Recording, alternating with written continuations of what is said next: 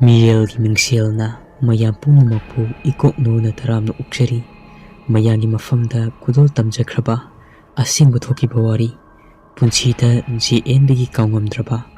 ꯋꯥꯔꯤ ꯑꯁꯤꯒꯤ ꯑꯅꯤꯁꯨꯕ ꯁꯔꯨꯛ ꯄꯨꯗꯨꯅ ꯂꯥꯛꯆꯔꯦ꯫ ꯋꯥꯔꯤ ꯑꯁꯤ ꯊꯥꯕꯤꯔꯛꯄ ꯃꯍꯥꯛꯀꯤ ꯃꯍꯨꯠ ꯁꯤꯟꯗꯨꯅ ꯑꯩꯅ ꯃꯌꯥꯝꯒꯤ ꯃꯐꯝꯗ ꯈꯨꯗꯣꯜ ꯇꯝꯖꯔꯛꯂꯒꯦ꯫ ꯃꯌꯥꯝ ꯄꯨꯟꯅ ꯇꯥꯃꯤꯟꯅꯔꯁꯤ꯫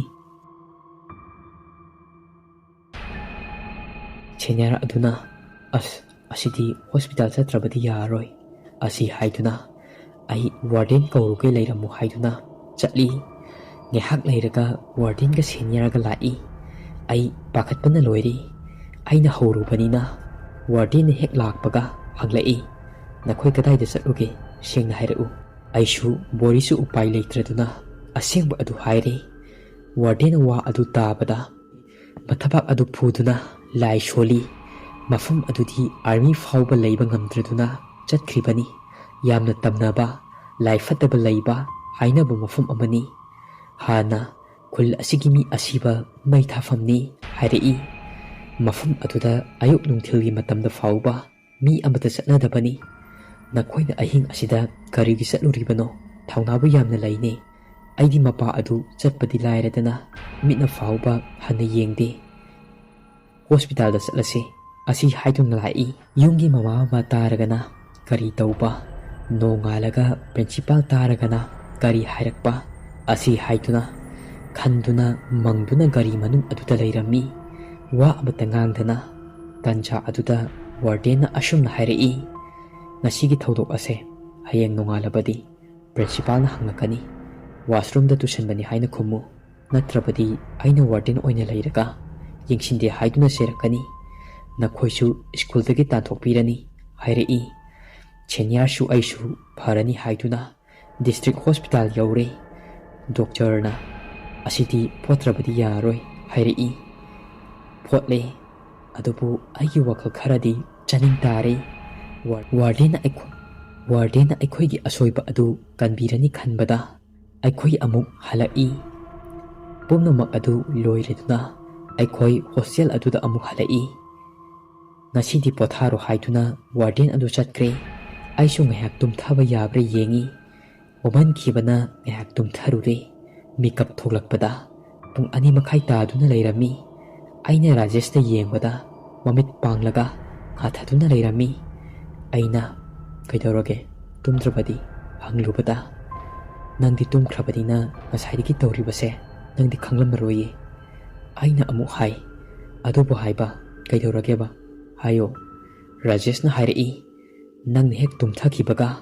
ꯑꯩꯁꯨ ꯉꯥꯏꯍꯥꯛ ꯇꯨꯝꯊꯕ ꯌꯥꯕ꯭ꯔꯥ ꯍꯥꯏꯗꯨꯅ ꯌꯦꯡꯒꯦꯅ ꯇꯧꯕꯅꯤ꯫ ꯃꯤꯠ ꯍꯦꯛ ꯎꯏꯁꯤꯟꯕꯒ ꯃꯤ ꯆꯠꯄꯗꯧꯅ ꯇꯧꯔꯛꯏ꯫ ꯑꯗꯨꯒ ꯕꯥꯠꯔꯨꯝ ꯂꯣꯝꯗ ꯏꯁꯤꯡ ꯊꯥꯗꯣꯛꯇꯨꯅ ꯊꯝꯕꯒꯨꯝꯅ ꯇꯧꯔꯛꯏ꯫ ꯑꯩ ꯀꯤꯗꯨꯅ ꯅꯪꯕꯨ ꯀꯧꯕꯅꯤ, ꯑꯗꯨꯕꯨ ꯇꯨꯝꯊꯈ꯭ꯔꯕ ꯃꯥꯜꯂꯤ, ꯇꯥꯗ꯭ꯔꯦ꯫ ꯕꯣꯔꯤꯁꯨ ꯇꯥꯗꯨꯅ ꯍꯧꯒꯠꯂꯛꯂꯒ ꯏꯕꯥꯅꯤ ꯂꯩꯔꯤꯁꯤꯅꯤ꯫ ꯑꯩꯅ ꯍꯪꯉꯤ, "ꯅꯪꯒꯤ ꯋꯥꯈꯜꯅ ꯑꯣꯏꯔꯝꯒꯅꯤꯁꯦ, ꯉꯥꯏꯍꯥꯛ ꯇꯨꯝꯊꯅꯕ ꯇꯧꯔꯣ, ꯅꯣꯡꯉꯥꯟꯗꯧꯕꯁꯨ ꯀꯨꯏꯗ꯭ꯔꯦ" ꯑꯁꯤ ꯍꯥꯏꯅꯗꯨꯅ ꯉꯥꯏꯍꯥꯛ ꯑꯃꯨꯛ ꯇꯨꯝꯅꯔꯦ꯫ ꯔꯥꯖꯦꯁꯁꯨ ꯇꯨꯝꯊꯈ꯭ꯔꯦ, ꯑꯩꯁꯨ ꯇꯨꯝꯊꯔꯦ꯫ ꯅꯣꯡꯉꯥꯜꯂꯦ꯫ ꯋꯥꯔꯗꯦꯟꯅ ꯍꯧꯗꯣꯔꯛꯏ, "ꯍꯣꯔꯦꯟ ꯄ꯭ꯔꯤꯟꯁꯤꯄꯥꯜ ꯂꯥꯛꯀꯅꯤ꯫ ꯄ꯭ꯔꯤꯟꯁꯤꯄꯥꯜꯅ ꯑꯃꯨꯛ ꯍꯪꯂꯛꯂꯕꯗꯤ ꯑꯗꯨꯅ ꯅꯈꯣꯏ ꯑꯅꯤ ꯐ꯭ꯔꯦꯁ ꯇꯧꯔꯣ, ꯑꯗꯨꯒ ꯅꯈꯣꯏ ꯅꯨꯡꯇꯤꯒꯤ ꯇꯧꯕ ꯑꯗꯣ ꯑꯗꯨꯝ ꯇꯧ, ꯅꯠꯇ꯭ꯔꯕꯗꯤ ꯆꯤꯡꯅꯈꯤꯅꯤ" ꯍꯥꯏꯔꯛꯏ꯫ ꯏꯕꯥꯅꯤꯁꯨ ꯍꯣꯏ ꯍꯥꯏꯗꯨꯅ ꯐ꯭ꯔꯦꯁ ꯇꯧꯕ ꯂꯣꯏꯔꯒ ꯂꯥꯏꯔꯤꯛ ꯄꯥꯗꯨꯅ ꯂꯩ꯫ ꯉꯥꯏꯍꯥꯛ ꯂꯩꯔꯒ ꯕ꯭ꯔꯦꯛꯐꯥꯁꯠꯀꯤ ꯕꯦꯜ ꯑꯗꯨ ꯌꯩꯔꯛꯏ꯫ ꯕꯣꯔꯤꯁꯀ ꯑꯩꯒ ꯕ꯭ꯔꯦꯛꯐꯥꯁꯠ ꯆꯥꯕ ꯂꯥꯛꯏ꯫ "ꯔꯥꯖꯦꯁ, ꯅꯪꯒꯤ ꯕ꯭ꯔꯦꯛꯐꯥꯁꯠ ꯑꯗꯣ ꯏꯕꯥꯅꯤ ꯄꯨꯔꯒ ꯂꯥꯛꯑꯒꯦ꯫ ꯄ꯭ꯔꯤꯟꯁꯤꯄꯥꯜ ꯂꯥꯛꯂꯕꯗꯤ ꯈꯪꯗꯅꯕ ꯐꯖꯅ ꯋꯥꯔꯗꯦꯟ ꯍꯥꯏꯕ ꯑꯗꯣ ꯈꯨꯝꯃꯨꯀꯣ" ꯑꯁꯤ ꯍꯥꯏꯔꯝꯂꯒ ꯕꯣꯔꯤꯁꯀ ꯑꯩꯒ ꯊꯣꯔꯛꯏ꯫ ꯏꯕꯥꯅꯤ ꯕ꯭ꯔꯦꯛꯐꯥꯁꯠ ꯆꯥꯕ ꯂꯣꯏꯔꯗꯨꯅ ꯔꯥꯖꯦꯁꯀꯤꯁꯨ ꯄꯨꯔꯒ ꯍꯣꯁꯇꯦꯜꯗ ꯂꯥꯛꯏ꯫ "ꯁꯦ, ꯅꯪꯒꯤ ꯕ꯭ꯔꯦꯛꯐꯥꯁꯠ ꯆꯥꯔꯣ" ꯑꯁꯤ ꯍꯥꯏꯗꯨꯅ ꯄꯤꯔꯦ꯫ ꯕꯣꯔꯤꯁꯅ ꯍꯪꯉꯤ, "ꯄ꯭ꯔꯤꯟꯁꯤꯄꯥꯜ ꯂꯥꯛꯑꯝꯕ꯭ꯔꯣ?" "ꯍꯣꯏ, ꯂꯥꯛꯑꯝꯃꯦ." "ꯀꯃꯥꯏꯅ ꯁꯣꯛꯏꯅꯣ ꯍꯥꯏꯗꯨꯅ ꯍꯪꯉꯛꯏ꯫ ꯑꯩꯅ ꯕꯥꯠꯔꯨꯝꯗ ꯇꯨꯁꯟꯕꯅꯤ ꯈꯨꯝꯃꯦ꯫ "ꯕꯥꯠꯔꯨꯝꯗ ꯇꯨꯁꯤꯟꯕꯕꯨ ꯑꯁꯨꯛ ꯊꯤꯅ ꯁꯣꯛꯄ꯭ꯔꯥ" ꯍꯥꯏꯔꯛꯏ꯫ ꯋꯥꯔꯗꯦꯟꯅ ꯑꯃꯨꯛ ꯈꯨꯝꯕꯤꯔꯛꯏ, "ꯅꯥꯟꯕ ꯑꯗꯨꯗ ꯇꯨꯕꯖꯥꯠꯅꯤ" ꯑꯁꯤ ꯍꯥꯏꯗꯨꯅ ꯈꯨꯝꯈ꯭ꯔꯦ꯫ ꯄ꯭ꯔꯤꯟꯁꯤꯄꯥꯜꯅ ꯑꯩꯈꯣꯏꯒꯤ ꯄꯦꯔꯦꯟꯁꯇ ꯍꯥꯏꯈ꯭ꯔꯒꯦ ꯍꯥꯏꯗꯨꯅ ꯌꯨꯝꯗ ꯃꯇꯝ ꯈꯔ ꯂꯩꯔꯨ ꯍꯥꯏꯔꯝꯃꯤ꯫ "ꯑꯩ ꯂꯧꯕ ꯂꯥꯛꯀꯅꯤ, ꯅꯈꯣꯏ ꯑꯅꯤ ꯑꯃꯨꯛ ꯍꯟꯅ ꯆꯠꯂꯨꯔꯅꯨꯀꯣ, ꯐꯖꯅ ꯂꯩꯌꯨ" ꯑꯁꯤ ꯍꯥꯏꯗꯨꯅ ꯑꯩꯈꯣꯏꯁꯨ ꯀ꯭ꯂꯥꯁ ꯆꯠꯂꯤ꯫ ꯑꯩꯅ ꯀ꯭ꯂꯥꯁ ꯂꯣꯏꯗꯨꯅ ꯊꯣꯔꯛꯄꯗ ꯕꯕꯥꯒ ꯃꯃꯥꯒ ꯂꯥꯛꯈꯤꯕꯅꯤ ꯍꯥꯏꯗꯨꯅ ꯀ꯭ꯂꯥꯁꯃꯦꯠ ꯅꯨꯄꯤ ꯑꯃꯅ ꯇꯝꯃꯛꯏ꯫ ꯑꯩ ꯒꯦꯠꯇ ꯆꯠꯂꯤ꯫ ꯕꯕꯥ ꯑꯗꯨ ꯅꯨꯃꯤꯗꯥꯡ ꯊꯣꯛꯈꯤꯕ ꯊꯧꯗꯣꯛ ꯑꯗꯨ ꯈꯪꯕꯗꯧꯅ ꯃꯇꯧ ꯃꯥꯜꯂꯤ꯫ ꯑꯩꯒ ꯕꯣꯔꯤꯁꯀ ꯆꯪꯁꯤꯜꯂꯤ꯫ ꯕꯕꯥꯅ, "ꯏꯕꯨꯡꯉꯣ, ꯅꯪ ꯅꯁꯥ ꯀꯔꯤꯁꯨ ꯇꯧꯗꯕ꯭ꯔꯥ? ꯂꯥꯏꯔꯤꯛ ꯊꯋꯥꯏ ꯌꯥꯎꯅ ꯄꯥꯎꯀꯣ." ꯑꯩꯅ ꯈꯨꯝꯃꯤ, "ꯀꯔꯤꯁꯨ ꯇꯧꯗꯦ." ꯉꯥꯏꯍꯥꯛ ꯂꯩꯔꯒ ꯃꯃꯥꯅ ꯍꯥꯏꯔꯛꯏ, "ꯋꯥꯔꯗꯦꯟꯅ ꯇꯝꯗꯨꯅ ꯄꯥꯎ ꯇꯥꯔꯦ꯫ ꯅꯪꯕꯨ ꯀꯩꯗꯧꯕꯒꯤꯅꯣ ꯑꯍꯤꯡ ꯑꯗꯨꯗ ꯃꯄꯥꯟ ꯊꯣꯛꯂꯒ ꯆꯠꯂꯨꯔꯤꯗꯨꯕꯣ? ꯕꯣꯔꯤꯁ, ꯅꯈꯣꯏ ꯑꯅꯤ ꯒ꯭ꯌꯥꯟ ꯇꯥꯎ꯫ ꯅꯈꯣꯏꯅ ꯂꯩꯔꯤꯕꯁꯦ ꯌꯨꯝ ꯅꯠꯇꯦ, ꯃꯍꯩ ꯇꯝꯕ ꯂꯥꯛꯄꯅꯤ." ꯑꯁꯤ ꯍꯥꯏꯗꯨꯅ, "ꯕꯕꯥꯅ ꯑꯗꯨꯒꯨꯝꯕ ꯊꯕꯛ ꯑꯗꯨ ꯃꯇꯨꯡꯗ ꯇꯧꯕ ꯇꯥꯔꯕꯗꯤ ꯑꯩꯕꯨ ꯐꯠꯇꯦ ꯍꯥꯏꯒꯅꯨ." ꯑꯁꯤ ꯍꯥꯏꯔꯝꯂꯒ ꯑꯆꯥꯄꯣꯠ, ꯌꯦꯟ ꯊꯣꯡꯕ, ꯏꯟꯁꯥꯡ ꯑꯗꯨꯒ ꯄꯩꯁꯥꯒ ꯄꯤꯔꯛꯏ꯫ ꯕꯕꯥꯒ ꯃꯃꯥꯒꯁꯨ ꯆꯠꯈ꯭ꯔꯦ꯫ ꯑꯩꯈꯣꯏꯁꯨ ꯆꯪꯂꯛꯏ꯫ ꯑꯩꯈꯣꯏꯅ ꯍꯣꯁꯇꯦꯜ ꯌꯧꯔꯛꯄꯗ ꯔꯥꯖꯦꯁ ꯑꯗꯨ ꯃꯈꯣꯏꯒꯤ ꯄꯦꯔꯦꯟꯁꯅ ꯄꯨꯈ꯭ꯔꯦ ꯍꯥꯏꯗꯨꯅ ꯂꯩꯔꯝꯗ꯭ꯔꯦ꯫ ꯄꯨꯛꯅꯤꯡꯗ ꯑꯩꯅ ꯃꯔꯝ ꯑꯣꯏꯔꯒ ꯆꯠꯈ꯭ꯔꯤꯕꯅꯤ ꯑꯁꯤ ꯈꯟꯕꯗ ꯅꯨꯡꯉꯥꯏꯇꯕ ꯑꯃꯗꯤ ꯐꯥꯎꯏ꯫ ꯅꯨꯡꯁꯤꯅ ꯂꯩꯃꯤꯟꯅꯔꯝꯕ ꯑꯗꯨ ꯆꯠꯈꯤꯕꯗ ꯅꯨꯡꯉꯥꯏꯇꯕ ꯑꯃꯗꯤ ꯐꯥꯎꯏ꯫ ꯕꯣꯔꯤꯁꯀ ꯑꯩꯒ ꯑꯆꯥꯄꯣꯠ ꯑꯗꯨ ꯆꯥꯔꯦ꯫ ꯑꯦꯟꯁꯥꯡꯁꯤꯗꯤ ꯅꯨꯃꯤꯗꯥꯡꯒꯤ ꯗꯤꯅꯔꯗ ꯄꯨꯔꯒ ꯆꯥꯔꯁꯤ ꯍꯥꯏꯗꯨꯅ ꯊꯝꯂꯦ꯫ ꯅꯨꯃꯤꯗꯥꯡ ꯋꯥꯏꯔꯝ ꯌꯧꯔꯛꯇꯨꯅ ꯉꯥꯏꯍꯥꯛ ꯄꯣꯊꯥꯔꯒ ꯍꯣꯁꯇꯦꯜꯗ ꯂꯥꯛꯏ꯫ ꯉꯥꯏꯍꯥꯛ ꯐꯝꯂꯒ ꯂꯩ꯫ ꯕꯣꯔꯤꯁꯅ ꯍꯥꯏꯔꯛꯏ, "ꯑꯩꯈꯣꯏꯒꯤ ꯅꯍꯥꯟꯒꯤ ꯋꯥꯈꯜ ꯑꯗꯨꯕꯨ ꯀꯔꯤꯅꯣ ꯂꯥꯏꯅ ꯀꯧꯕꯗꯧꯅ ꯇꯧꯔꯤꯗꯨꯕꯣ? ꯆꯞꯀ ꯃꯥꯟꯅꯔꯗꯅ ꯑꯩꯈꯣꯏ ꯑꯍꯨꯝ ꯍꯧꯖꯤꯛꯇ ꯈꯟꯖꯤꯜꯂꯨꯔꯒ ꯍꯦꯟꯅ ꯀꯤꯔꯛꯏ." ꯑꯩꯁꯨ ꯈꯪꯅꯤꯡꯕ ꯑꯃꯒ ꯌꯥꯎꯈꯤꯕꯅ ꯋꯥꯈꯜꯁꯦ ꯍꯣꯡꯂꯨꯗ꯭ꯔꯦ꯫ "ꯐꯔꯦ, ꯏꯔꯨꯖꯔꯁꯤ." ꯑꯁꯤ ꯍꯥꯏꯗꯨꯅ ꯏꯔꯨꯖꯕ ꯂꯣꯏꯔꯒ ꯕꯣꯔꯤꯁꯅꯦ ꯄ꯭ꯔꯤꯇꯝꯅꯦ ꯑꯩꯈꯣꯏ ꯑꯍꯨꯝ ꯔꯤꯗꯤꯡ ꯇꯧꯕ ꯂꯥꯛꯏ꯫ ꯑꯁꯨꯝꯅ ꯔꯤꯗꯤꯡ ꯇꯧꯕ ꯂꯣꯏꯕꯒ ꯍꯣꯁꯇꯦꯜꯗ ꯂꯥꯛꯇꯨꯅ ꯂꯟꯆ ꯇꯧꯕ ꯑꯃꯨꯛ ꯂꯥꯛꯏ꯫ ꯍꯥꯎꯅ ꯆꯥꯃꯤꯟꯅꯔꯦ꯫ ꯃꯃꯥꯅ ꯄꯤꯔꯝꯕ ꯑꯦꯟꯁꯥꯡ ꯑꯗꯨ ꯕꯣꯔꯤꯁꯅꯦ, ꯄ꯭ꯔꯤꯇꯝꯅꯦ ꯑꯩꯈꯣꯏ ꯑꯍꯨꯝ ꯗꯤꯟꯅꯔ ꯍꯦꯛ ꯂꯣꯏꯕꯒ ꯕꯣꯔꯤꯁꯅ ꯐꯥꯒꯤ ꯇꯧꯔꯛꯏ, "ꯂꯟꯆꯦꯟꯕ, ꯅꯍꯥꯟꯒꯤ ꯈꯣꯡꯆꯠꯇꯣ ꯑꯃꯨꯛꯀ ꯆꯠꯂꯨꯁꯤ ꯍꯥꯏꯕ꯭ꯔꯣ?" ꯄ꯭ꯔꯤꯇꯝꯅ, "ꯀꯔꯤꯕꯨꯅꯣ ꯅꯍꯥꯟꯒꯤ ꯈꯣꯡꯆꯠ ꯍꯥꯏꯕꯗꯤ?" ꯑꯩꯅ ꯈꯨꯝꯃꯤ, "ꯀꯔꯤꯁꯨ ꯅꯠꯇꯦꯗ" ꯍꯥꯏꯅ ꯈꯨꯝꯃꯤ꯫ ꯄ꯭ꯔꯤꯇꯝꯅ, "ꯂꯣꯠꯅ ꯅꯨꯄꯤꯒ ꯀꯣꯏꯕ ꯃꯥꯜꯂꯤꯗ ꯅꯕꯥꯅꯤꯒꯤꯁꯦ" ꯍꯥꯏꯔꯛꯏ꯫ ꯃꯥꯒꯤ ꯋꯥ ꯑꯗꯨ ꯇꯥꯕꯗ ꯕꯣꯔꯤꯁ ꯏꯕꯥꯅꯤ ꯍꯦꯟꯅ ꯅꯣꯛꯏ꯫ ꯑꯁꯨꯝꯅ ꯉꯥꯏꯍꯥꯛ ꯂꯩꯔꯒ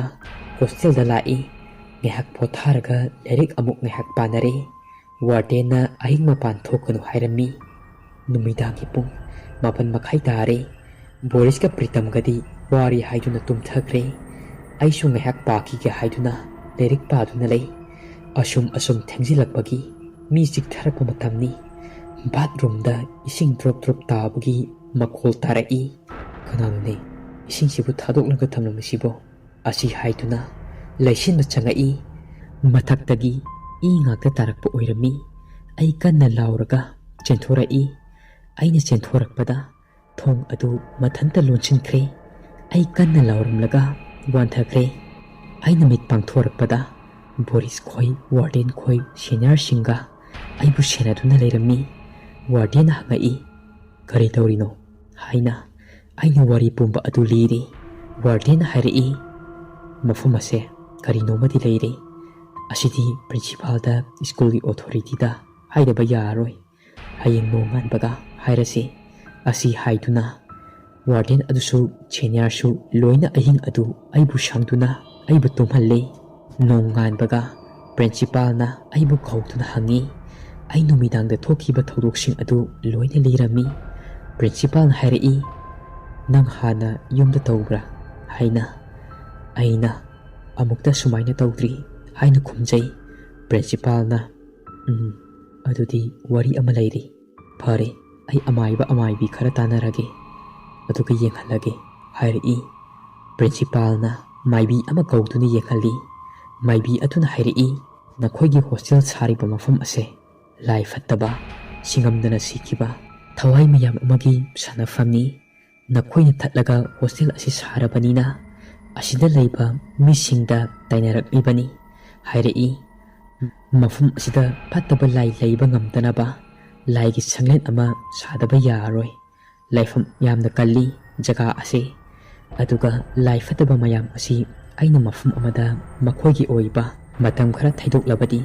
ꯁꯪꯂꯦꯟ ꯑꯗꯨ ꯁꯥꯕ ꯂꯣꯏꯗ꯭ꯔꯤ ꯐꯥꯎꯕꯗꯤ hostel asida mi amata leiruranu solakani hairi principal adusu hoi haiduna numit adumaktada hostel aduda leiramba satra pumnamak adu loina hongdokhalle asidagidi karisu tawdri asumna aikhoi Himachal Pradesh ki Novodhyada migration chatpa yawnaba kana kana entrance yawgani hairi tanja aduda Rajeshu sokpa pharaduna mapana thilai masu yawgani haiduna ning palami aikhoi entrance adu yawduna aikhoi mi tara khalle nipaga nipiga yumdagi mama bana laktuna hairi asida asum tammu lapna satkinu asi haiduna aina chatki experience oigadabani mi yamna satkadabani aishu chatki asi haiduna babada haijari babasu aina chatningba adu ubada hoi chacharo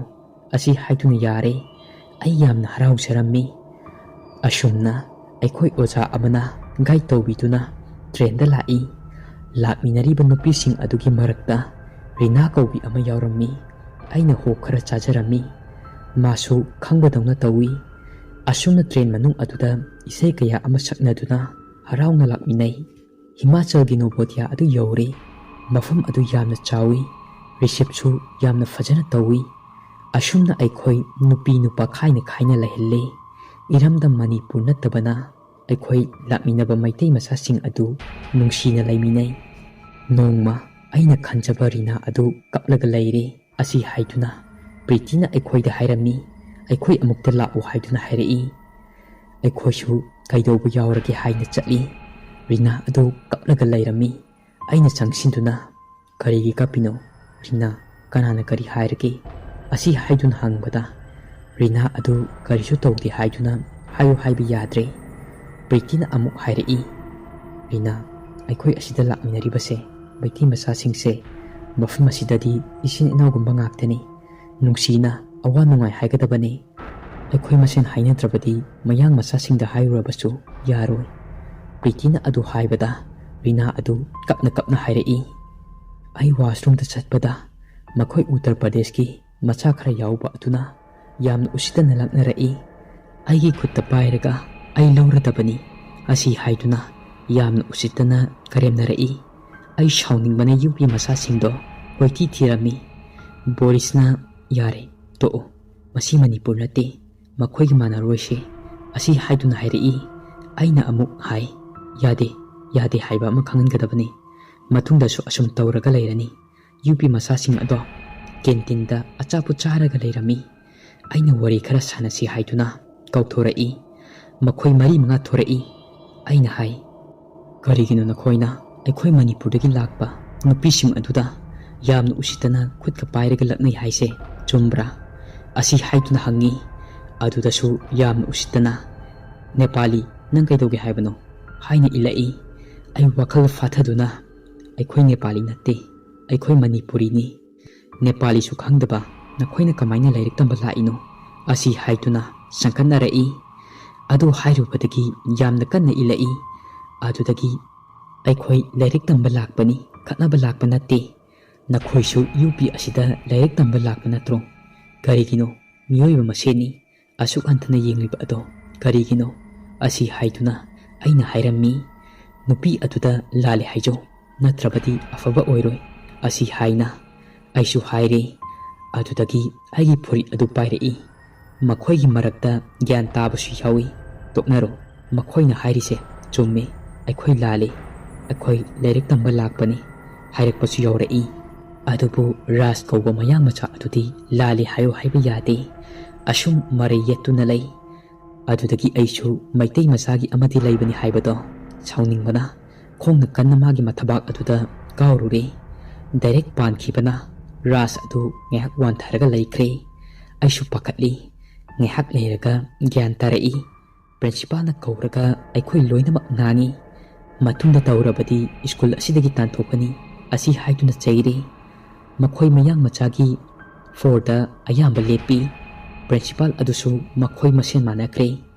adubu aikhoisu mi yambanina yamna kannadi haiba ngamtre makhoina su lalabanina principal na khutsokna handuna chamthokna halle adudagi aikhoi matam kharadi karisu tawdana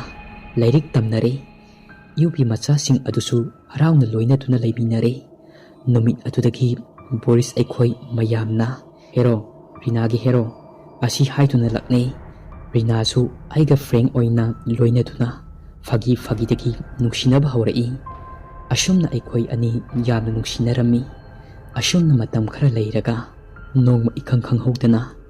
ꯅꯨꯃꯤꯗꯥꯡꯗ ꯋꯥꯔꯗꯦꯟꯅ ꯑꯩꯈꯣꯏ ꯀꯧꯔꯛꯏ꯫ ꯅꯈꯣꯏ ꯃꯅꯤꯄꯨꯔꯤꯒꯤ ꯅꯨꯄꯤ ꯑꯃ ꯀꯔꯤꯅꯣ ꯇꯧꯔꯦ ꯑꯁꯤ ꯍꯥꯏꯗꯨꯅ ꯑꯩꯈꯣꯏ ꯆꯠꯇꯨꯅ ꯌꯦꯡꯂꯨꯕꯗ ꯔꯤꯅꯥ ꯑꯗꯨ ꯋꯥꯟꯊꯔꯒ ꯂꯩꯔꯝꯃꯤ꯫ ꯃꯈꯣꯏ ꯅꯨꯄꯤ ꯃꯌꯥꯝ ꯑꯃ ꯆꯪꯗꯨꯅ ꯔꯤꯅꯥ ꯅꯪ ꯀꯩꯗꯧꯔꯒꯦ ꯑꯁꯤ ꯍꯥꯏꯗꯨꯅ ꯀꯧꯏ꯫ ꯉꯥꯏꯍꯥꯛ ꯂꯩꯔꯒ ꯔꯤꯅꯥ ꯑꯗꯨ ꯒ꯭ꯌꯥꯟ ꯇꯥꯔꯛꯏ꯫ ꯄ꯭ꯔꯤꯇꯤꯅ ꯔꯤꯅꯥ ꯅꯪ ꯀꯩꯗꯧꯔꯒꯦ ꯍꯥꯏꯌꯣ꯫ ꯔꯤꯅꯥ ꯑꯗꯨ ꯇꯞꯅ ꯈꯨꯝꯃꯛꯏ꯫ ꯑꯩꯅ ꯂꯥꯏꯔꯤꯛ ꯄꯥꯗꯨꯅ ꯂꯩꯔꯤꯉꯩꯗ ꯃꯊꯛꯀꯤ ꯀꯥ ꯑꯁꯤꯗ ꯈꯣꯡꯖꯤ ꯃꯈꯣꯜ ꯑꯃ ꯇꯥꯔꯛꯏ꯫ ꯑꯗꯨꯗꯒꯤ ꯀꯞꯂꯛꯏ꯫ ꯑꯩꯅ ꯀꯅꯥꯅꯣ ꯍꯥꯏꯗꯨꯅ ꯌꯦꯡꯂꯨꯕꯗ ꯀꯥ ꯑꯃ ꯊꯣꯡ ꯍꯥꯡꯗꯨꯅ ꯂꯩꯔꯝꯃꯤ꯫ ꯃꯩꯁꯨ ꯃꯨꯠꯂꯝꯃꯤ꯫ ꯑꯩꯅ ꯁ꯭ꯋꯤꯆ ꯑꯗꯨ ꯍꯦꯛ ꯑꯣꯟ ꯇꯧꯕꯒ ꯅꯨꯄꯤ ꯑꯃ ꯍꯦꯡ ꯇꯧꯗꯨꯅ ꯂꯩꯔꯝꯃꯤ꯫ ꯑꯗꯨ ꯍꯦꯛ ꯎꯕꯒ ꯑꯩ ꯈꯪꯗꯨꯅ ꯂꯥꯎꯔꯒ ꯋꯥꯟꯊꯈ꯭ꯔꯦ ꯍꯥꯏꯔꯛꯏ꯫ ꯔꯤꯅꯥꯒꯤ ꯃꯇꯧ ꯑꯗꯨꯗ ꯑꯩ ꯄꯤ ꯇꯥꯔꯛꯈꯤ꯫ ꯔꯤꯅꯥ ꯑꯩ ꯂꯩꯔꯤꯁꯤꯗꯤ ꯑꯁꯤ ꯍꯥꯏꯗꯨꯅ ꯊꯦꯝꯖꯤꯜꯂꯝꯃꯤ꯫ ꯅꯪꯒꯤ ꯋꯥꯈꯜꯅ ꯑꯣꯏꯔꯝꯒꯅꯤ ꯑꯁꯤ ꯍꯥꯏꯗꯨꯅ ꯀꯥ ꯑꯗꯨ ꯆꯠꯂꯒ ꯌꯦꯡꯂꯨꯕꯗ ꯀꯔꯤꯃꯠꯇ ꯂꯩꯔꯝꯗ꯭ꯔꯦ꯫ ꯑꯩ ꯆꯤꯡꯅꯕ ꯑꯃꯗꯤ ꯐꯥꯎꯏ꯫ ꯃꯈꯣꯏ ꯅꯨꯄꯤ ꯃꯌꯥꯝꯅ ꯁꯪꯗꯨꯅ ꯔꯤꯅꯥ ꯑꯗꯨ ꯇꯨꯝꯍꯧꯔꯦ꯫ ꯑꯩꯈꯣꯏꯁꯨ ꯂꯥꯛꯂꯦ꯫ ꯑꯗꯨꯕꯨ ꯑꯩ ꯇꯨꯝꯊꯕ ꯌꯥꯗ꯭ꯔꯦ꯫ ꯀꯔꯤ ꯑꯣꯏꯗꯨꯅ ꯈꯟꯗꯨꯅ ꯂꯩꯔꯝꯃꯤ꯫ ꯑꯁꯨꯝꯅ ꯈꯟꯅ ꯇꯨꯝꯊꯔꯦ꯫ ꯅꯣꯡ ꯉꯥꯟꯕꯒ ꯑꯩ ꯆꯤꯡꯅꯕ ꯑꯃꯒ ꯂꯣꯏꯅꯅ ꯌꯨꯕꯤ ꯃꯆꯥꯁꯤꯡ ꯑꯗꯨꯗ ꯀꯥ ꯑꯗꯨꯒꯤ ꯃꯔꯝꯗ ꯍꯪꯉꯤ꯫ ꯑꯗꯨꯕꯨ ꯃꯈꯣꯏꯁꯨ ꯈꯪꯗꯦ꯫ ꯑꯗꯨꯒꯤ ꯀꯥ ꯑꯗꯣ ꯌꯥꯝꯅ ꯇꯝꯅꯩ ꯍꯥꯏꯗꯨꯅ ꯃꯤ ꯑꯃꯠꯇ ꯆꯪꯗꯕꯅꯤ, ꯃꯔꯝꯗꯤ ꯈꯪꯗꯦ ꯍꯥꯏꯔꯛꯏ꯫ ꯑꯩ ꯑꯃꯨꯛꯀ ꯍꯦꯟꯅ ꯆꯤꯡꯅꯕ ꯑꯃ ꯄꯣꯛꯂꯛꯏ꯫ ꯑꯩꯅ ꯃꯤ ꯈꯨꯗꯤꯡꯒꯤ ꯀꯥ ꯑꯗꯨꯒꯤ ꯃꯔꯝꯗ ꯍꯪꯂꯨꯕꯗ ꯋꯥꯔꯗꯦꯟ ꯑꯗꯨ ꯑꯩꯉꯣꯟꯗ ꯃꯨꯟꯅ ꯌꯦꯡꯂꯝꯃꯤ꯫ ꯑꯗꯨꯒ ꯑꯩꯉꯣꯟꯗꯒꯤ ꯂꯥꯞꯅ ꯍꯦꯛꯇ ꯆꯠꯈꯤ꯫ ꯀ꯭ꯂꯥꯁ ꯃꯅꯨꯡ ꯑꯗꯨꯗ ꯅꯣꯡꯃ ꯔꯤꯅꯥꯅ ꯑꯩꯕꯨ ꯀꯧꯊꯣꯛꯂꯒ ꯍꯥꯏꯔꯛꯏ꯫ ꯗꯥ ꯂꯟꯆꯦꯟꯕ, ꯑꯩꯈꯣꯏ ꯑꯅꯤ ꯃꯅꯤꯄꯨꯔꯗ ꯊꯣꯛꯂꯁꯤ꯫ ꯑꯩ ꯑꯁꯤꯗ ꯂꯩꯕꯁꯦ ꯌꯥꯝꯅ ꯀꯤꯔꯦ ꯍꯥꯏꯔꯛꯏ꯫ ꯑꯩꯅ ꯑꯃꯨꯛ ꯍꯥꯏ, ꯑꯩꯈꯣꯏ ꯑꯅꯤꯗꯪ ꯀꯃꯥꯏꯅ ꯊꯣꯛꯇꯣꯏꯅꯣ? ꯃꯌꯥꯝ ꯄꯨꯟꯅ ꯂꯥꯛꯃꯤꯟꯅꯔꯒ ꯐꯥꯏꯅꯦꯜ ꯑꯦꯛꯖꯥꯝꯁꯨ ꯀꯨꯏꯗ꯭ꯔꯦ꯫ ꯑꯦꯛꯖꯥꯝ ꯍꯦꯛ ꯂꯣꯏꯕꯒ ꯑꯩꯈꯣꯏ ꯄꯨꯟꯅ ꯊꯣꯛꯑꯗꯣꯏꯅꯤ꯫ ꯀꯔꯤꯃꯠꯇ ꯈꯟꯒꯅꯨ, ꯊꯧꯅꯥ ꯂꯩꯌꯨ, ꯊꯦꯡꯅ ꯂꯥꯏꯔꯤꯛ ꯄꯥꯒꯅꯨ꯫ ꯑꯩ ꯄ꯭ꯔꯤꯟꯁꯤꯄꯥꯜꯗ ꯅꯈꯣꯏꯒꯤ ꯔꯨꯝ ꯑꯗꯣ ꯆꯦꯟꯖ ꯇꯧꯅꯕ ꯍꯥꯏꯅꯒꯦ ꯑꯁꯤ ꯍꯥꯏꯗꯨꯅ ꯊꯦꯝꯖꯤꯜꯂꯤ꯫ ꯑꯩ ꯀ꯭ꯂꯥꯁ ꯂꯣꯏꯕꯒ ꯄ꯭ꯔꯤꯟꯁꯤꯄꯥꯜꯒꯤ ꯔꯨꯝꯗ ꯆꯪꯗꯨꯅ ꯔꯤꯅꯥ ꯈꯣꯏꯅ ꯂꯩꯔꯤꯕ ꯀꯥ ꯑꯗꯨ ꯆꯦꯟꯖ ꯇꯧꯕꯤꯅꯕ ꯍꯥꯏꯖꯔꯦ꯫ ꯄ꯭ꯔꯤꯟꯁꯤꯄꯥꯜꯅꯁꯨ ꯌꯥꯕꯤꯗꯨꯅ ꯔꯤꯅꯥ ꯈꯣꯏꯅ ꯂꯩꯔꯤꯕ ꯀꯥ ꯑꯗꯨ ꯑꯩꯈꯣꯏꯒ ꯈꯔ ꯅꯛꯅ ꯆꯦꯟꯖ ꯇꯧꯕꯤꯔꯦ꯫ ꯔꯤꯅꯥꯒꯤ ꯐ꯭ꯔꯦꯟ ꯃꯌꯥꯝ ꯑꯗꯨ ꯑꯩꯅ ꯔꯨꯝ ꯆꯦꯟꯖ ꯇꯧꯍꯟꯕꯗꯒꯤ ꯊꯦꯡꯛꯁ ꯍꯥꯏꯗꯨꯅ ꯂꯣꯏꯅ ꯊꯥꯒꯠꯄ ꯐꯣꯡꯗꯣꯔꯛꯏ꯫ ꯑꯩꯁꯨ ꯔꯤꯅꯥ ꯑꯗꯨ ꯃꯊ꯭ꯋꯥꯏ ꯈꯔ ꯅꯨꯡꯉꯥꯏꯅꯕ ꯍꯥꯏꯗꯨꯅ ꯃꯥꯒꯤ ꯕꯥꯔꯊꯗꯦ ꯅꯨꯃꯤꯠꯇ ꯁꯔꯄ꯭ꯔꯥꯏꯖ ꯑꯣꯏꯅ ꯎꯠꯂꯤ꯫ ꯔꯤꯅꯥ ꯑꯗꯨ ꯏꯀꯥꯏꯕ ꯊꯥꯗꯣꯛꯇꯨꯅ ꯑꯩꯉꯣꯟꯗ ꯀꯣꯜꯂꯒ ꯀꯞꯄꯛꯏ꯫ ꯑꯩꯅ ꯔꯤꯅꯥ, ꯃꯤ ꯂꯣꯏꯅ ꯌꯦꯡꯅꯔꯤ, ꯊꯥꯗꯣꯛꯑꯣ ꯁꯤ ꯍꯥꯏꯔꯝꯃꯤ꯫ ꯔꯤꯅꯥꯅ ꯌꯦꯡꯖꯁꯅꯨ, ꯑꯩ ꯉꯁꯤꯗꯤ ꯅꯪꯕꯨ ꯌꯥꯝꯅ ꯅꯨꯡꯁꯤ ꯑꯁꯤ ꯍꯥꯏꯗꯨꯅ ꯀꯞꯄꯤ꯫ ꯑꯁꯨꯝꯅ ꯀꯦꯛ ꯑꯗꯨ ꯀꯛꯇꯨꯅ ꯏꯟꯅꯔꯒ ꯅꯨꯡꯁꯤꯅ ꯅꯨꯃꯤꯠ ꯑꯗꯨ ꯍꯧꯈ꯭ꯔꯦ꯫ ꯑꯩꯈꯣꯏ ꯂꯥꯛꯃꯤꯟꯅꯕ ꯃꯌꯥꯝ ꯑꯗꯨ ꯂꯣꯏꯅ ꯈꯪꯉꯤ ꯏꯕꯥꯅꯤ ꯅꯨꯡꯁꯤꯅꯩ ꯍꯥꯏꯕ ꯑꯁꯤ꯫ ꯃꯌꯥꯝꯅꯁꯨ ꯑꯩꯈꯣいꯑꯅꯤꯁꯤ ꯌꯥꯝꯅ ꯆꯥꯅꯩ, ꯌꯥꯝꯅꯁꯨ ꯅꯨꯡꯁꯤꯅꯩ, ꯐꯤꯂꯝꯒ ꯃꯥꯜꯂꯤ ꯑꯁꯤ ꯍꯥꯏꯗꯨꯅ ꯂꯛꯅꯕꯁꯨ ꯌꯥꯎꯏ꯫ ꯔꯤꯅꯥ ꯑꯗꯨ ꯀꯤꯔꯝꯕ ꯑꯗꯨ ꯈꯔꯗꯤ ꯀꯥꯎꯈ꯭ꯔꯦ꯫ ꯑꯩꯈꯣꯏꯒ ꯅꯛꯅꯅ ꯂꯩꯃꯤꯟꯅꯔꯕ ꯑꯗꯨꯗ ꯀꯤꯕꯁꯨ ꯈꯔ ꯐꯔꯦ꯫ ꯑꯩꯅꯁꯨ ꯑꯩꯒꯤ ꯐ꯭ꯔꯦꯟꯁꯤꯡꯗ ꯍꯥꯏ, ꯑꯩꯈꯣꯏ ꯊꯦꯡꯅ ꯐꯥꯎꯕ ꯂꯥꯡꯁꯤ, ꯏꯁꯩ ꯁꯛꯁꯤ, ꯔꯤꯅꯥꯁꯦ ꯀꯤꯕ ꯈꯔ ꯐꯅꯕ ꯑꯁꯤ ꯍꯥꯏꯗꯨꯅ ꯑꯩꯈꯣꯏ ꯅꯨꯡꯇꯤꯒꯤ ꯊꯦꯡꯅ ꯂꯥꯡꯗꯨꯅ ꯂꯩ꯫ ꯑꯩꯈꯣꯏꯅ ꯏꯃꯥꯔꯣꯟꯗ ꯂꯥꯡꯗꯨꯅ ꯂꯩꯕ ꯏꯁꯩ ꯁꯛꯄ ꯑꯗꯨ ꯇꯥꯔꯒ ꯃꯈꯣꯏꯁꯤꯡ ꯑꯗꯨ ꯄꯨꯛꯅꯤꯡ ꯆꯥꯎꯊꯣꯛꯆꯔꯝꯃꯤ, ꯅꯣꯛꯄꯁꯨ ꯌꯥꯎꯔꯛꯏ꯫ ꯅꯣꯡꯉꯥꯜꯂꯒ ꯔꯤꯅꯥꯅ ꯑꯩꯈꯣꯏꯗ ꯍꯪꯉꯛꯏ, ꯑꯍꯤꯡ ꯌꯥꯝ ꯊꯦꯡꯅ ꯂꯥꯡꯗꯨꯅ ꯂꯩꯔꯤꯕ ꯑꯗꯣ ꯀꯔꯤꯒꯤꯅꯣ ꯍꯪꯉꯛꯏ꯫ ꯑꯩꯅ ꯅꯈꯣꯏ ꯁꯪꯉꯤꯅꯦ ꯍꯥꯏꯅ ꯈꯨꯝꯃꯤ꯫ ꯇꯥꯟꯖꯥ ꯑꯗꯨꯗ ꯕꯣꯔꯤꯁꯅ ꯑꯃꯨꯛ ꯈꯨꯝꯃꯛꯏ, ꯂꯟꯆꯦꯟꯕꯅ ꯔꯤꯅꯥ ꯅꯪ ꯀꯤꯗꯅꯕ ꯍꯥꯏꯗꯨꯅ ꯑꯩꯈꯣꯏꯕꯨ ꯂꯥꯡꯍꯜꯂꯤꯅꯦ ꯍꯥꯏꯔꯛꯏ꯫ ꯔꯤꯅꯥ ꯑꯗꯨ ꯅꯣꯛꯐꯦꯠ ꯇꯧꯔꯒ ꯍꯥꯏꯔꯛꯏ, ꯄ꯭ꯔꯤꯟꯁꯤꯄꯥꯜꯅ ꯇꯥꯔꯕꯗꯤ ꯀꯝꯄ꯭ꯂꯦꯟ ꯆꯥꯖꯅꯤꯀꯣ ꯍꯥꯏꯔꯛꯏ꯫ ꯕꯣꯔꯤꯁꯅ ꯑꯃꯨꯛ ꯈꯨꯝꯃꯤ, ꯑꯣ ꯆꯥꯔꯣꯏꯌꯦ, ꯄ꯭ꯔꯤꯟꯁꯤꯄꯥꯜꯗ ꯂꯟꯆꯦꯟꯕꯅ ꯅꯨꯡꯇꯤꯒꯤ ꯂꯥꯏꯔꯤꯛ ꯄꯥꯕ ꯂꯣꯏꯕꯒ ꯈꯔ ꯂꯥꯡꯒꯦ ꯍꯥꯏꯗꯨꯅ ꯍꯥꯏꯅꯈ꯭ꯔꯕꯅꯤ Nakhoi kidanaba adunani asuk kuibase nongmata hanglakpa saurukpa tabro complain su laamoida lanchen complain tawtanaba request tawkrabani Rina adu mapi ira chelaga aingondi yengai aduga hangai da lanchenba Boris na hairise chumbro aishu aina hairurabanina chumme asi haiduna khummi aikhoina thengna nungtigi langibado nangki haiba khangi aduna nakhoi pukning chawthokchanaba aina haijaduna langjabani Rina na amu hairei dalan chenba nang aibu sengna di nungsibra aina kommi nungsiye asengmani Rina na amu hairei nakhoina langba ado aibu senabi base aishu haujikti kidri pukning chawthokchei Rajesh na amu yare changnarase romance ado hengi su khara khao Rina nang lanchen babu mirai rabadi papu gani ko nang mo mana nuksi jabase Rina na amu khumai aichu khangi mirai roida madi aigi thawai ne farese room da changnarase ashumna matam khara haukhri nongma khanghaudana ayokta mi mayam ama chensinai aishu karino haituna chensinuna yenglubada Rina adu wanthai haina ka aduda Rina adu thauri yantuna leirami ai chenchintuna mabu konduna thamoi sokna kappi aina mahaki mihul adu yengluba matamdadi mahak aroiba sor honkhre punchida adumak thamoi sokpa yaukhidri aishu siningba phaurai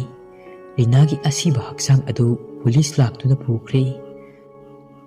Makhoigi mi laktuna mafam aduda mahaki mathau mangam adu pangthokre ai mana hairamba wa magi momon minok khudingmak ado da haigumna aigi nakong asida nenduna leire Rina bu kawba ngamdri kawge khalubada hengna ningsinglai mayamsu aigi idau uraga kapchai ai wakhalda singnaba amaga loinana UP masasing aduna haliba oiramgani asi haiduna tigatpa hore Rina na sikhibagi asing maram ama khangji phawbadi ayumda halaroi sirabasu sirani asi haiduna pukningda chak yungna lepkhre exam gi lairika padre Rina gi maramda khanduna laire Rina gi babana su police da case ama register tawkhre Rina na laikidabagi matangda tigatlaba adubu UP masasing adudagi jingnaba kudam ama fawba phanglamde ai wakhal ama khalli warden na aiba munna yeglaga aingondagi lapna silise maram ama lei asi haiduna jingnaba amaga loinana warden gi manakta sattuna warden adu faraga hangi karigino nangna ai uraga chelido aduga ka adugi maramda kari khangi hayu Rina na room change tawrabasu adugi ka aduda satlaga siramrise maram amadi lei ai singnadaba ngamde asi haiduna hangi adubu warden adu pakatna ai khangdi haiduna hairei adubu ashumna haidu uhaiba yadre ai magi mawong aduda jingnaba ama ashum helai ai hanba leitana thiba toklamde Rina gi baba adu ai amukta unage haiduna lai Rina ga ai gan nungsinai haiba aduda aingonda jingnaba chatni aingonda sauraduna nangna ichabu nungsi sanaraga hatpa natro asi haiduna question mayam ama hangai leiduna hangai adubu ai paukum amata pidana kaktuna leirami aigi mawong aduda Rina gi baba adu saurambadagi kharadi hanthare Boris khoi Rajesh khoi Rina gi friend mayam adu changlaktuna Rina bu aina kayada kyar loksaba haukibagi wari pumba adu Rina gi baba da lire Rina gi baba adu mayam aduna haibu wadu taraga aibu konuna kablai nangna isabu kayagi matik nungsiba ai hojikti khangle ai nangonda jingnaba amata leitre adubu nangi thawai Rina gi damak nang hojik kari tawge khali hairei Ichagi asingba langla langjin ama phawba khangdena tokiba tarabra asi haiduna kappi aishu kapchai aina Rina gi baba da hai baba ai jingnaba amadi lei mabu pulisna phahallaga hanglabadi haidorakadaba male. Aina hangbadadi haidu haibi yadre. Rinagi babana kanano nangna chingnariba mido asi haiduna hangai. Aina wardeni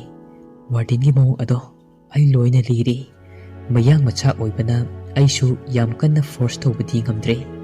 Asi haiduna hairami. Rinagi babana hoi fare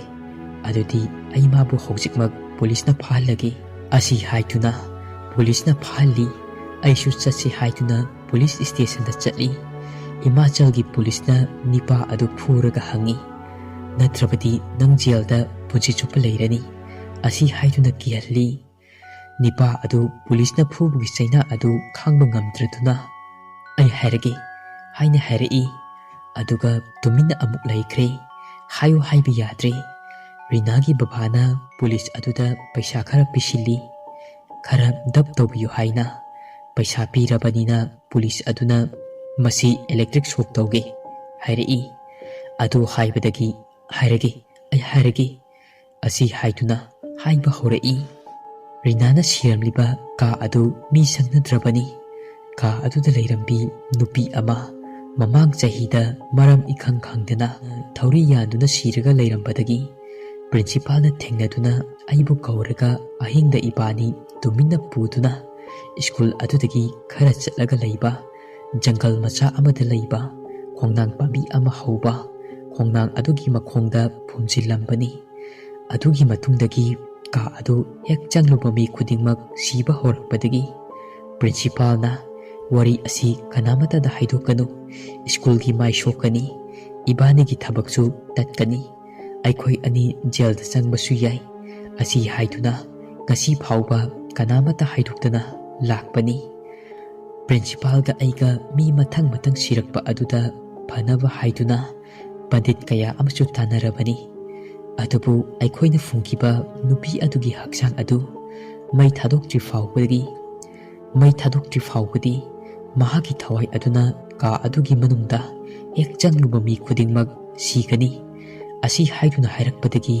thabak adu aikhoina kibana amadi principal na mi khanghandabanina ka adu thonglolaga loire. Asi haibadagi ngasi phauba mi amata khanghalamde. Ngasi phauba mi amata khanghandri haidorai. Warden aduna ai rinabu hakiba thawai ado ai haksang adu mai thadri phaudi Manipur da thoklaroi asi haiduna khalle. Aduga karigumba mai thadokdaba tarabadi rinagumba thawai kaya ama manglani. Asi haiduna rinagi babane police adune warden aduga aikhoi mafum aduda chatduna khongnang makhong adu tawduna thire. Khara tawthaba horakpada akiba mayam amadi ulai. Adubu aikhoina ngamduna namduna leiramliba sarusing adu mai thadokle. Numit adudagi school aduda mi sangba yadana leiramba ka adusu mi leibada karisu tawkhidre. Mara leiraba principal warden adusu jail da thamkhre. School adu ingna chikna lairik tamnarai. Aikhoisu mafam adugi government na aibusu thagatpa amaga loinana best student gi award pibirai. Aikhoisu final exam adu loiraduna rinagi babaga aikhoi punna Manipur da tholai. Asumna lanchenbasu Novodaya da 12 loiduna thorai. Adubu ngasi phauba lanchenbana rinabu kaubadi ngamdri.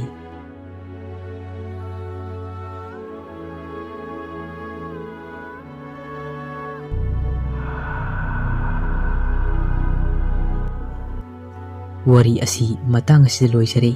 Wari asi pathokjaba matamda soiki lankiba yaurabasu mayamna ngakpigani. Asigi iroinana mayamna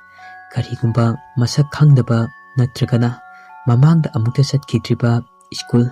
natragana mafam amada chatpa matamda aikoi section tarang kaya amadi laugadabani. Mafam aduda ithanta yengningba natragana khangningba poklabasu aikoi hana wakal munna khanthaduna khongthang adu laukhatkadabani. Asi haiduna mayangi mafamda thamjage.